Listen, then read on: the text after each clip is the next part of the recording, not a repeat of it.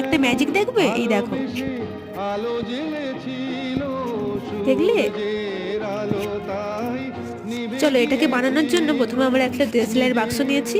এবার দেখো একটা সাদা কার্ডবোর্ড নিলাম, তারপরে যে দেশলাই যেটা বাক্স হয় দুটো কেটে নিয়ে এবার আঠা লাগিয়ে উল্টো উল্টো ভাবে জুড়ে দেবো।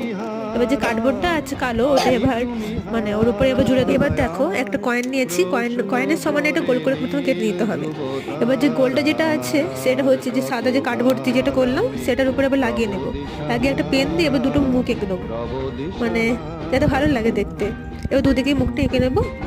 এবার মুখটা আঁকা হয়ে গেলে দেখো এটা খুলে এবার কি করছি দেখো, এবার যে একটা বেগুনি রঙের কাগজ নিয়ে এবার ভিতরে আটকে দেবো। দেখো কিভাবে আটকাচ্ছে,